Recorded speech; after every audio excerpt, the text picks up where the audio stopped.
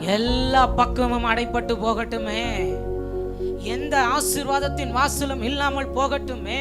கடன் பிரச்சனை நெருக்கட்டுமே. பிள்ளைகளுடைய வாழ்க்கைக்கு எதிர்காலத்திற்கு பதில் இல்லாமல் திகைத்து நின்றாலும் இன்னைக்கு கர்த்தருடைய ஆவியானவர் சொல்லுகிறார், என் பிள்ளைக்காக, என் மகனுக்காக, மகளுக்காக ஒரு வழியை திறக்க போகிறேன். காற்றை அனுப்பி, காற்றை அனுப்பி, காற்றை அனுப்பி. இன்னைக்கு எத்தனை பேர் விசுவாசிக்கிறீங்க? எனக்காக என் தேவன் அவருடைய பண்டக சாலையில் இருந்து ஒரு காற்றை வீச பண்ண போகிறார். அல்லேலூயா. வீச பண்ணிட்டா இது நாள் வரைக்கும் தலை குனிஞ்சு நடந்தோம், இது நாள் வரைக்கும் பதில் இல்லாம நடந்துட்டோம், இது நாள் வரைக்கும் சுகவீனத்தினால ஒரே இடத்துல நிற்க பண்ணிட்டோம். காற்று அடிச்சுட்டா, வழி திறந்துட்டா, உங்க நட இனி எப்படி தெரியுமா நிற்க போகிறது?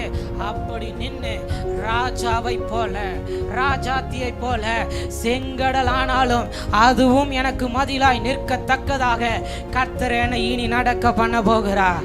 எனக்கு எத்தனை பேர் கேட்க போறீங்க, எனக்காக ஒரு காற்றை வீச பண்ணுங்க ஆண்டவரே.